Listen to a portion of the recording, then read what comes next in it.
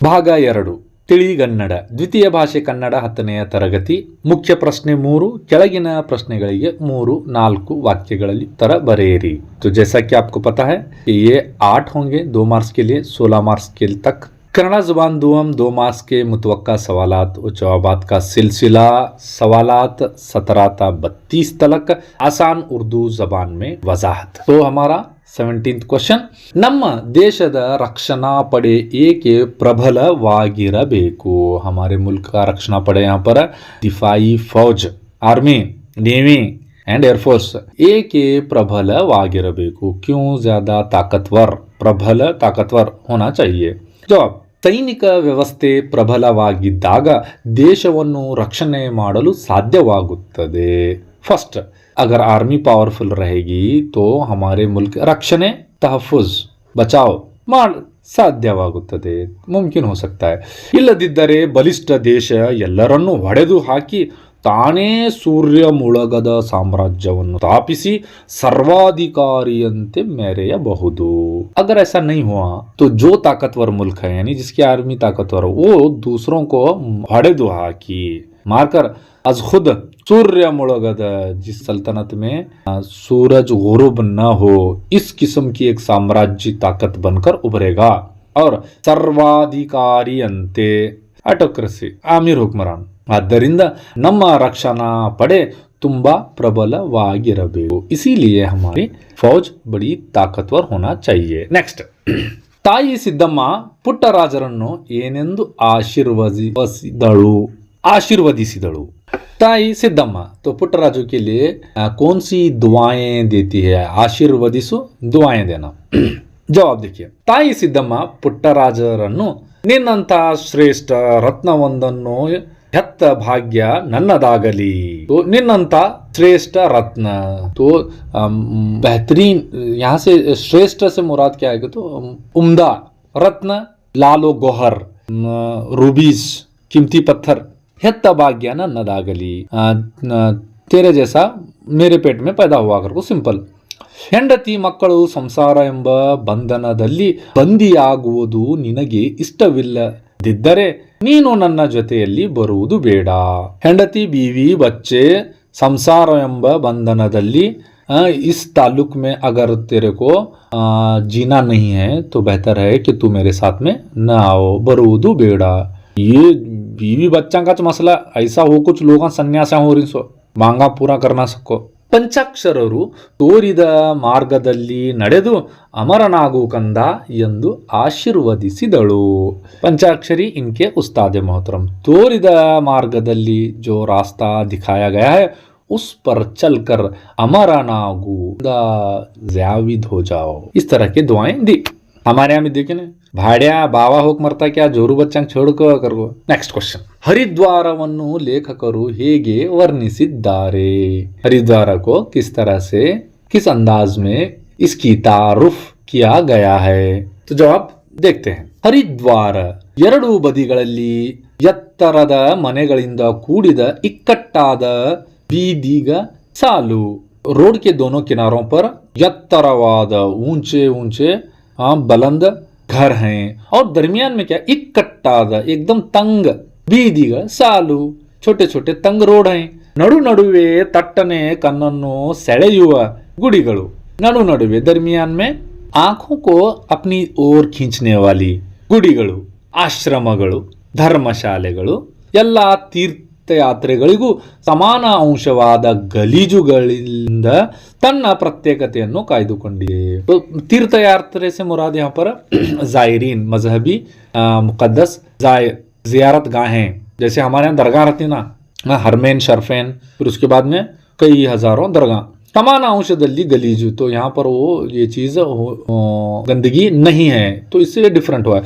ಭಾರತದ 7 ಪ್ರಾಚೀನ ನಗರಗಳಲ್ಲಿ ಹರಿದ್ವಾರವು ಒಂದಾಗಿದೆ। तो हिंदुस्तान के 7 कदीम शहरों में इसका शुमार होता है ಎಂದು ಲೇಖಕರು ವರ್ಣಿಸಿದ್ದಾರೆ।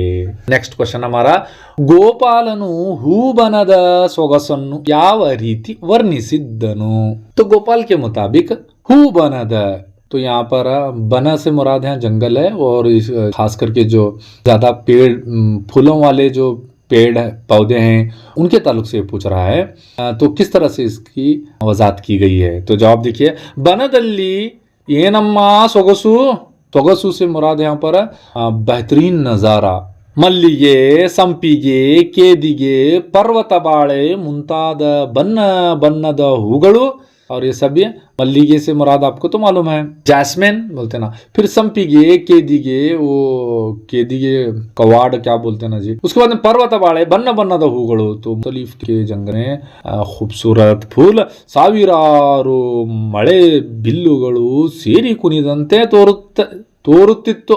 यहाँ पर कई हजारों मಳೆ बिल्लू से मुराद यहाँ पर कौशे कजा, रेनबो, हक्कीಗಳು हिंपाद गाना, आहा क्या वो परिंदों की चहचहाट, इम्पाद गाना यानी वो आंखों को मजा देने वाले चहचहाट, ತಂಗಾಳಿ यानी ठंडी हवा, सूर्यನ ಹೊಂಬೆಳಕು और उसमें सूरज से निकलती हुई रोशन शाहें, ಹಸುರಾದ ಚುಗುರು, ಹುಲ್ಲಿನ ಮೇಲೆ ಕೋಟ್ಯಾಂತರ ಹಿಮಮಣಿಗಳು, ಮಿರುಗುವ ಲೀಲೆ, ಮನೆಗಿಂತ ಬನವೇ ಸೊಗಸಮ್ಮ।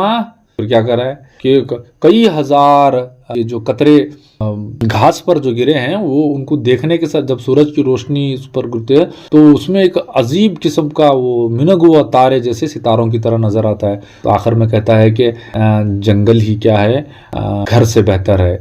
लेकिन आगे देखो, नीनोब्बळಲ್ಲಿದ್ದರೆ, मगर तू हमारे साथ में रहे तो। लेकिन आजकल हमारे नौजवानों को माँ बाप की जरूरत नहीं, घर में बस एटीएम की तरफ पैसे पूरा करना ಎಂದು ಗೋಪಾಲನು ಹೂಬನದ ಸೊಗಸನ್ನು ವರ್ಣಿಸಿದ್ದಾನೆ। तो इस तरह से उसमें की जो खूबसूरती को जाहिर की वजाहत की है। नेक्स्ट देखेंगे, युगाद आदि तंद संभ्रम वेनो। तो हमारे यहाँ के कैलेंडर के मुताबिक नए साल का जो युगादि है उसका जो संभ्रम खुशी मनाने का जो है वो कौन कौन सी है खुशी देखेंगे। उत्तर, ವಸಂತ ಋತುವಿನ ಚೈತ್ರದ ಮೊದಲ ದಿನವೇ ಯುಗಾದಿ ಬರುತ್ತದೆ। तो वसंत ऋतु की शुरुआत में ही चैत्र ಮೊದಲನೇ ದಿನವೇ ಶುರುವಾತ್ होती है इसके। ಜಗತ್ತಿನ ಎಲ್ಲ ಜೀವಗಳಿಗೂ ಹೊಸ ಹುರುಪನ್ನು ತರುತ್ತದೆ। तो पूरे जगತ್ತಿನ बाहर जो फितरत में जितने भी जानदार हैं उनके लिए एक नया नशास्ता देता है, ಹುರುಪನ್ನು ತರುತ್ತದೆ। हमारे यहाँ भी ಹುರುಪ್ इस्तेमाल करते हैं, बड़ा ಹುರುಪ लेवा करको। ಮರಗಿಡಗಳು ಚುಗುರಿ ಫಲಪುಷ್ಪಗಳಿಂದ ತುಂಬಿ ಬೇಗುತ್ತಿರುವಾಗ ಜಗಕ್ಕೆಲ್ಲ ಹೊಸ ಕಳೆ ಬಂದಂತಾಗುತ್ತೋ। हर जगह फूल फल और फल के वजन से वो पेड़ शाखें झुकी हुई होती हैं और झूलती हुई होती हैं, एक नया रंग की तरह नजर आता है। ಎಲ್ಲೆಲ್ಲೂ ನೆಲದ ಮೇಲೆ ಬಣ್ಣ ಬಣ್ಣದ ಹೂಗಳು ಹೊತ್ತು ನೆಲದಮ್ಮ ನವ ವಧುವಿನಂತೆ ಸಂಭ್ರಮಿಸಲು ಕಾಣಬಹುದು। तो इन फूलों की इन सारी चीज़ों की वजह से वो हमारी ज़मीन तरह से नजर आ रही है, एक नवी नवेली दुल्हन की तरह नजर आ रही है। नेक्स्ट क्वेश्चन देंगे, कुंगल केरे ಬಾಳೆ ಮೀನುಗಳು ಬೊಬ್ಬೆ ಹೊಡೆಯಲು ಕಾರಣವೇನು। तो बब्बे ಹೊಡೆದ್ರೆ बम्बड़ा मारना लबा लबा लबा, ಕಾರಣವೇನು, वजह क्या है। तो देखिए जवाब देखते हैं। ಬಲೆಯಲ್ಲಿ ಸಿಕ್ಕಾಕಿಕೊಂಡು ಮೀನುಗಳನ್ನು ಹಾಕೋಕೊಂದು ಊರುಗೋಲು ನುಕ್ಕೋಕೊಂದು ಮೂರುಗೋಲು ಅತನ, तो वो उन्हें चुबड़ता उन्हें बलि डालाता अब उन्हें वो मच्छियां पकड़ को निकाल रहा ऊपर। ನೀರಿನಿಂದ ಮೇಲೆ ಎತ್ತಿದಾಗ ವಿಲವಿಲನೆ ಒದ್ದಾಡುವ ಪರಿಯನ್ನು ಜನಪದರು ಬೊಬ್ಬೆ ಹೊಡೆದಾವೆ ಬಾಳೆ ಮೀನು ಎಂದು वर्णिसिद्धारे। तो जब उनको पकड़कर ऊपर उठाया जाएगा पानी से तो आपने देखा होगा कि मछली को जब कांटे से या तो वो जाले से ऊपर निकाले तो जो हालत होती है उसी को जनपदों ने इस अंदाज में उन्होंने इसकी एक वजाहत की है कि बब्बे ಹೊಡೆದಾವೆ। ನೆಕ್ಸ್ಟ್ ಕ್ವೆಶ್ಚನ್ ಹಮಾರಾ, ಈ ಲೋಕವು ಯಾವ ರೀತಿ ಸಂತೋಷದಾಯಕವಾಗಿದೆ ಎಂದು ಕವಿತ್ರಿ ಹೇಳಿದ್ದಾರೆ। ಈ ಲೋಕ जो दौरे हाजिर है वो किस तरह से खुश व खुर्रम है कहकर कवित्री शायरा ने कहा है। तो इसका जवाब कुछ इस तरह से हो सकता है, ಈ ಲೋಕವು ಬಣ್ಣದ ಚಿಟ್ಟೆಗಳು ಹಾರಿ ಶೃಂಗದ ಸಂಗೀತ ಕೇಳಿ ಆನಂದಿಸುವಂತೆ। यहाँ पर बन्नद चिट्टेगड़ो, यहाँ से चिट्टे से मुराद यहाँ तितलियां भी हैं और ग्रास होपर भी हैं। ಶೃಂಗದ ಮೇಲೆ ಸಂಗೀತ ಕೇಳಿ ಆನಂದಿಸುವಂತೆ ಹಾಗೂ ಗಮಗಮಿಸೋ ಹೂವಿನ ಗಮನಿನಲ್ಲಿ ಅಡಕಿ ಕುಳಿತಂತೆ संतोषदायकवाಗಿದೆ ಎಂದು कवित्री ಹೇಳಿದ್ರು। और वो जो चिट्टियां हैं वो फूलों के खुशबू से वो फूल के दरमियान में बैठे हुए हैं गमक में। तो इस तरह से ये जमाना खुश है। नेक्स्ट क्वेश्चन है हक्किಗಳು ಗೂಡನ್ನು ನಿರ್ಮಿಸುವ ಉದ್ದೇಶವೇನು? तो ये परिंदे घोंसले तामीर करने की मकसद क्या है? ಉದ್ದೇಶವೇನು? ಜವಾಬ್ देखेंगे। ಹಕ್ಕಿಗಳು ಗೂಡನ್ನು ನಿರ್ಮಿಸುವ ಉದ್ದೇಶಗಳು ಮುಖ್ಯವಾಗಿ ತನ್ನ संतानोत्पत्ति। तो यहाँ पर सबसे अहम जो है वो अपनी अफजाई से नस्ल के लिए, ಮರಿಗಳ लालने पालनेಗಾಗಿ और अपने बच्चों के परवरिश के लिए और उनकी तरबियत के लिए, रक्षणೆಗಾಗಿ और उनकी हिफाजत के लिए, शीतगाಳಿ बिरुगाಳಿ मಳೆ प्रवाहಗಳ विरुद्ध बदुकಲು और जो कुदरती आफात हैं, सर्द हवाएं और उसके बाद में साइक्लोन है, फिर बारिश है, फिर सैलाब है, इनके से तहफ़ुज़ के लिए ಹವಾಮಾನದ ವೈಪರೀತ್ಯವನ್ನು ಎದುರಿಸಲು ಗೂಡುಗಳನ್ನು ನಿರ್ಮಿಸಿಕೊಳ್ಳುತ್ತವೆ। तो इसलिए हवामानद वैपरीत्य से मुराद क्या है? तो आबो हवा की मुखालिफत से बचने के लिए वो अपने घर घोंसले तामीर करते हैं। नेक्स्ट हेड ಮಾಸ್ಟರರು ತಂದಿಟ್ಟ ಟ್ರೇನಲ್ಲಿ ಯಾವ ಯಾವ ತರಹದ ಕಪ್ಪುಗಳಿದ್ದವು? यहाँ आरसीबी का कप नाम है, ये चाय पीने का कप। वो ट्रे में कौन कौन किस किस्म के कप थे? उत्तर हेड ಮಾಸ್ಟರರು ತಂದಿಟ್ಟ ಟ್ರೇನಲ್ಲಿ ಸುಮಾರು 30-35 30-35 ಕಪ್ಪುಗಳಿದ್ದವು। ಅದರಲ್ಲಿ ಕೆಲವು ಅತ್ಯಂತ ಬೆಲೆ ಬಾಳುವ ಕಪ್ಪುಗಳಾಗಿದ್ದವು। ಮೆಸೇಜ್ ಆದ ಕಿಮ್ತಿ ಚೈನಾ ಪಿಂಗಾಣಿಗಳು, ಸುಂದರ ಗಾಜಿನವು, ಪ್ಲಾಸ್ಟಿಕ್ ಕಪ್ಪುಗಳು, ಕೆಲವು ಸ್ಟೀಲ್ ಲೋಟಗಳು ಇದ್ದವು। तो ये चाइना पिंगानी और खूबसूरत ग्लास के, प्लास्टिक के और चंद क्या है स्टील के कप्स थे। नेक्स्ट क्वेश्चन ನಮ್ಮ ಜೀವನ ಕೆಸರಿನ ಕಮಲದಂತಿರಬೇಕು ಏಕೆ? हमारी जिंदगी कीचड़ के कमल की तरह होना चाहिए, क्यों? सिंपल जवाब देखिए। ಕಮಲ ಕೆಸರಿನಲ್ಲಿಯೇ ಹುಟ್ಟಿದರೂ ಮೇಲೆ ಬಾಂದಳವನ್ನು ನೋಡಿ ಸೂರ್ಯನ ಕಿರಣಗಳಿಗೆ ಅರಳಿ ದೇವರ ಮುಡಿ ಸೇರಿ ಜೀವನ ಸಾರ್ಥಕ ಮಾಡಿಕೊಳ್ಳುತ್ತದೆ। बांदड़वा नोड़ी वो कीचड़ में रहने के बावजूद भी आसमान को देखकर ऊपर की तरफ निकलता है और सूरज की छाओं से वो खिलता है। फिर उसका मकसद क्या है? वो देवर वो अपने खालिक के खुशनुदी के लिए उसको चढ़ाया जाता है। इस तरह से वो अपनी जिंदगी को बामानी और बामुराद बनाता है। ಹಾಗೆ ಮಾನವನು ತನ್ನ ಕೀಳಿರಿಮೆಯನ್ನು ತೊರೆದು ಜೀವನದ ಧೈರ್ಯವನ್ನು ಸಾಧಿಸಲು ನಗುತ್ತಾ ಮುನ್ನುಗ್ಗಿದಾಗ ಜೀವನದ ಸಾರ್ಥಕತೆಯನ್ನು ಪಡೆಯುವುದು ತಾವರೆಯಂತೆ ವಿಜೃಂಭಿಸಬಹುದು। इसी तरह एक इंसान अपने कमजोरियों को दरगुजर करते कीಳಿರಿಮೆ इन्फीरियरिटी कॉम्प्लेक्स वो नहीं ये नहीं कंप्लेंट बॉक्स ತೊರೆದು ಜೀವನದ ಧೈರ್ಯವನ್ನು ಧ್ಯೇಯವನ್ನು ಧ್ಯೇಯ से मुराद यहाँ पर मकसद नस्बुल्लाइन साधिसलु नगुत्ता और हशाश बशाश होकर आगे बढ़ना चाहिए और अपनी जिंदगी को बाबानी बामुराद बनाकर तावरेयंते विजृंभिसಬಹುದು। तावरे से मुराद यहाँ पर कमल का फूल और उस तरह से ये क्या है अपने वो अपने आप पर फक्र करना चाहिए। विजृंभिಸುವುದು से मुराद यहाँ पर फतेह का जश्न। नेक्स्ट हम देखेंगे ಶತ್ರು ಬಲಕ್ಕೆ ನಮೋ ಎಂದು ಉತ್ತರನು ಏಕೆ ಹೇಳಿದನು? ಶತ್ರು ಬಲ से मुराद यहाँ पर कौरवों का सैन्य बल। एक बल से मुराद फौजें, जैसे कर्नाटक बल तो उसे नमो से मुराद सलाम करना, यानी दूर चीज भाग को जाने को बोलते ना, तरह से उत्तरनु ಏಕೆ ಹೇಳಿದನು? उत्तर देखो यहाँ पर जवाब कौरवನ सैन्य समुद्रದಂತೆ ಕಾಣುತ್ತಿತ್ತು। तो इनकी फौज पूरे ओशियन की तरह ನೆಲದಮ್ಮನೆ ಈ ಸೈನ್ಯವನ್ನು ಹಡೆದಿರುವವಳು ಎಂಬಂತೆ ತೋರುತ್ತಿತ್ತು। ऐसा लग रहा था कि जमीन के बच्चे हैं ये पूरे, ने भी जन्म दिया। ಇಂತಹ ವಿಶಾಲವಾದ ಸೈನ್ಯವನ್ನು ಗೆಲ್ಲಲು ಸಾಕ್ಷಾತ್ ಶಿವನೇ ಬರಬೇಕು, ತನ್ನಿಂದ ಸಾಧ್ಯವಿಲ್ಲ ಎಂದು ತಿಳಿದು उत्तरनु शत्रु सैन्य के नमो यंदनु।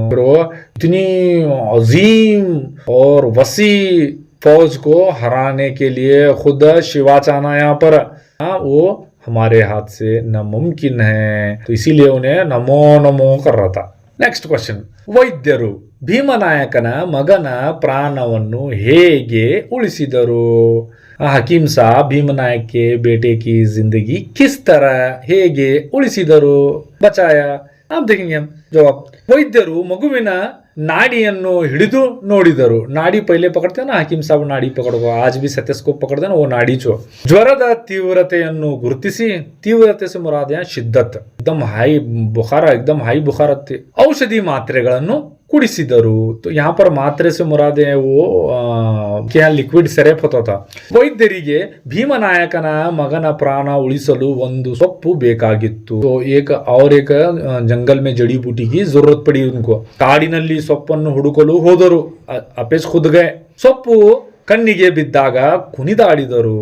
और वो बड़ी मुश्किलों से मिलने के बाद बड़े खुश होको वहां से झग्गनक नक नक चालू हुआ. ಸೊಪ್ಪನ್ನು ಅರೆದು ಮತ್ತೊಮ್ಮೆ ಔಷಧಿ ಕುಡಿಸಿದರು. और उसको पिसर फिर दोबारा उस पिलाया. ಕುಪ್ಪೆಯಲ್ಲಿ